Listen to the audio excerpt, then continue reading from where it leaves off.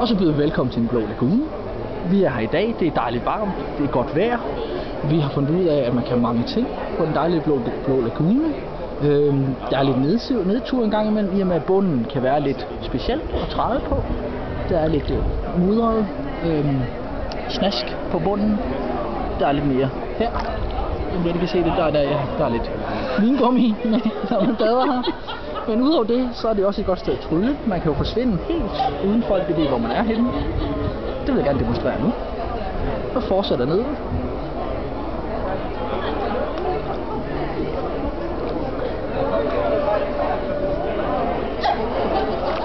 Og man så slet ikke, at jeg forsvandt hele vejen her. Og kom lidt stille tilbage til kameraet. Og så siger vi, at jeg håber, I har nyt vores lille reportage fra Den Blå Lagune. Og vi ønsker jer en fortsat god dag og godt vejr.